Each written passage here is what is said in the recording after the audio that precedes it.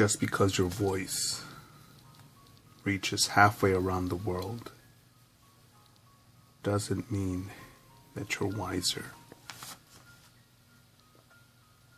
than when it reached only to the end of the bar. Quote, Edward R. Murrow. Again, I'll admit that I'm an ignorant motherfucker, and I'm just sharing my perspective on what I think or been through based off what I've learned from a book, experience, and life.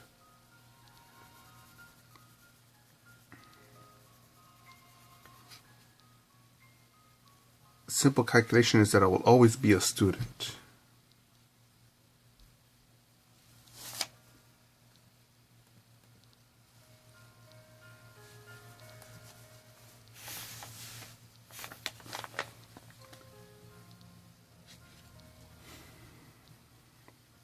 No, but they're in no particular order, because I think of all the social justice warrior motherfuckers that hate cops. Nope, not all cops are saints. I went to school with one piece of shit one who fucking would use the word nigger with emphasis, with passion. And he's a fucking cop now. Not my buddy, he's a piece of shit. But seeing him now on patrol, I'm thinking, this fucking piece of shit, scumbag, motherfucker, coward, bully with a badge. Fuck him. Fuck him and his mama for raising a fucking piece of shit. But anyways,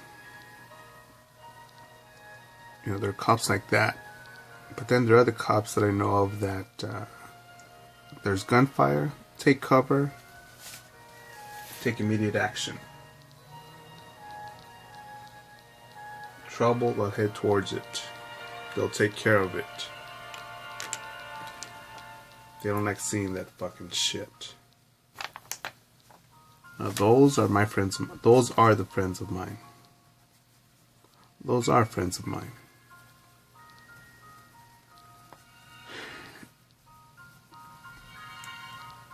But even they hate those fucking piece of shit fucks that are just, man, give the badge a bad name.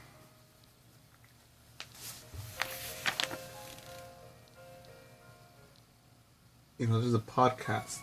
There's a YouTube channel called Joggle Podcast, and it's a great reminder on life, on the beauty of life.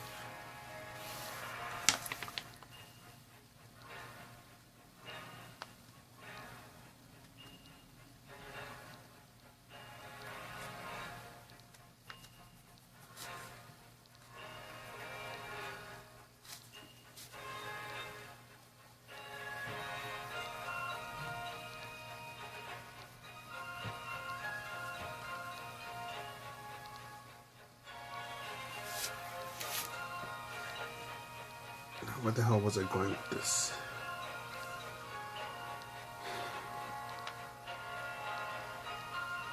Yeah, all these fuckers that hate cops. And I'm like thinking, no man, I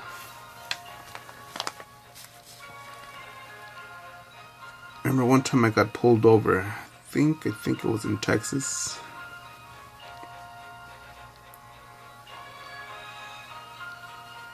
I don't know if it was Dallas or El Paso.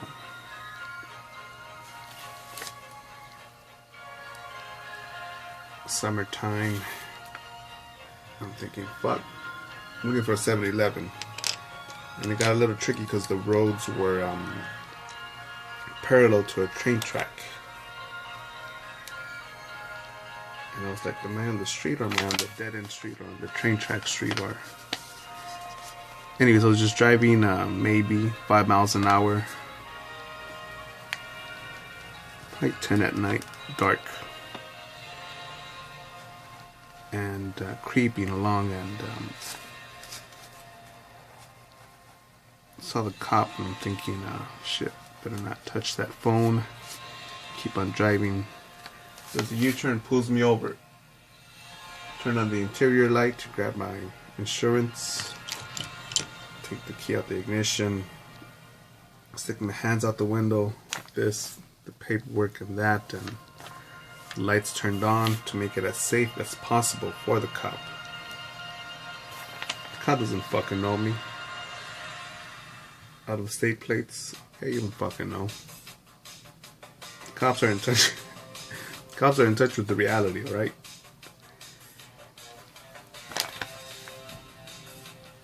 And yeah, dude, just looking for the 7-Eleven. Officer, do you know where it's at? Oh yeah, it's over here. Just make a left on that street. Just keep on going. All right, cool. Thank you. That's it. Didn't even check my license or registration. Nothing.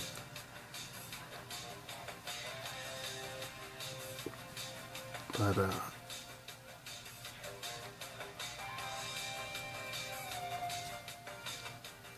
you know, I go, man.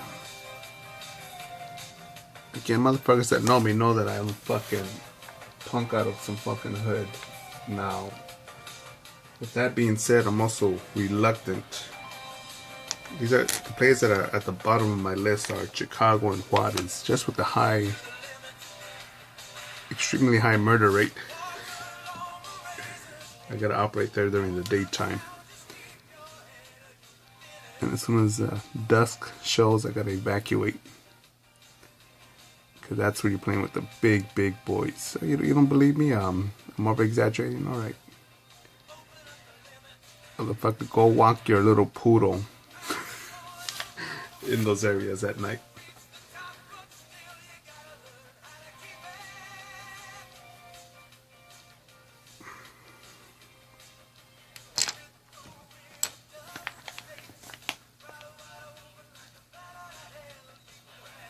But yeah, man, again, I could be real comfortable. You know, very likely I could go back to some of my old jobs or careers and say, you know what, boss, I'm a pussy, I'm a pansy. I'm tired of all this traveling, placing all the bets on me, working on logistics, networking, promotion, quality control, manufacturing, distribution,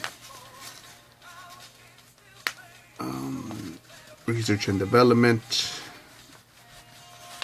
and all this other shit. And you know what, boss, you were right. You're the brains. You're the one that knows what's going on. You deserve the big bucks. Now where's my golden bird cage so I could sit in it and work for you? Because I'm too much of a punk to do this shit on my own.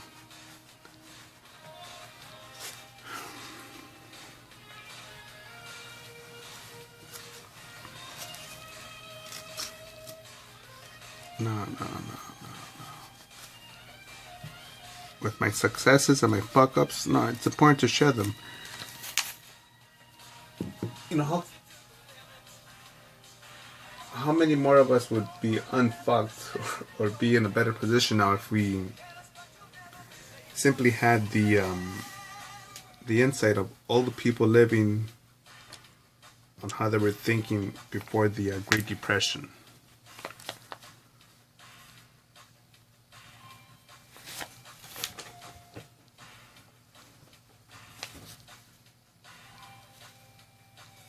What was going on? What was the train of thought? What were the signs?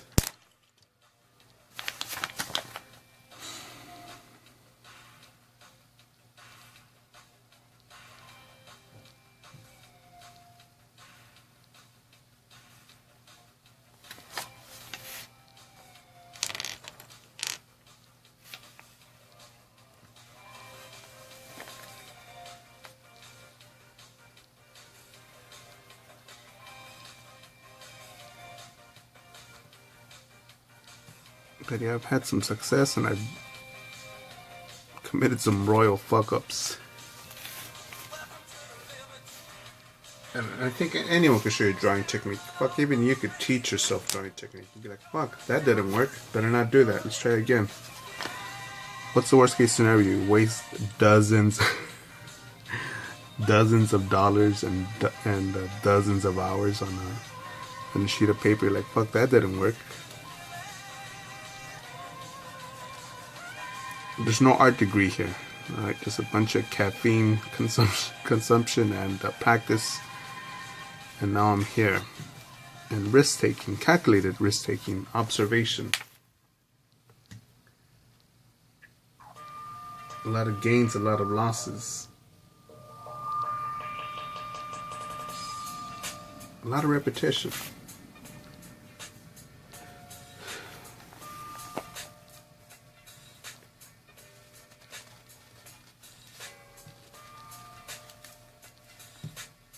And even to the earlier video posted up, the one that I'll post up in a moment, but I'd rather adopt a dog than a kid.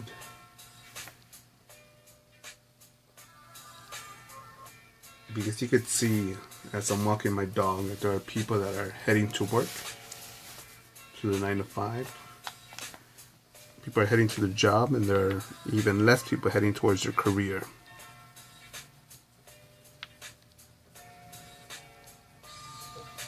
The student, the part-time worker, and the homeless. Person cleaning up, and just scumbags.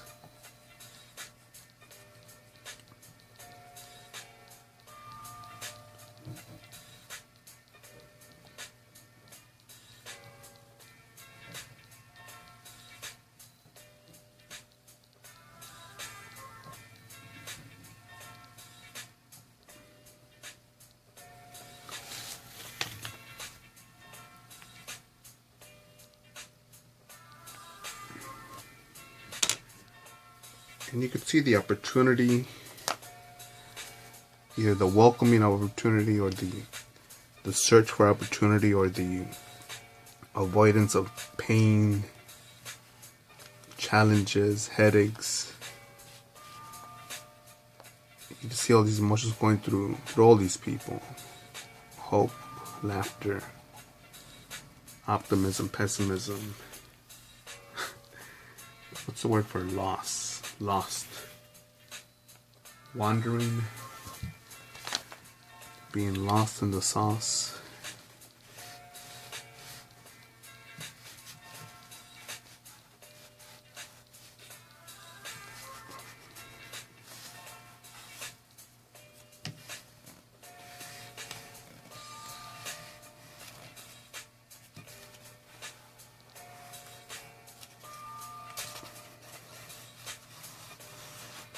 I think I'm doing these red just to have them different.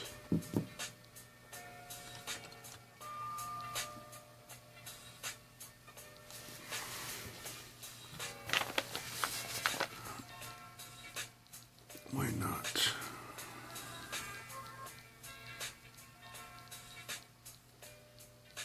Why? Just because. Also because this pencil is getting shorter, so can't cover big huge areas anymore with it.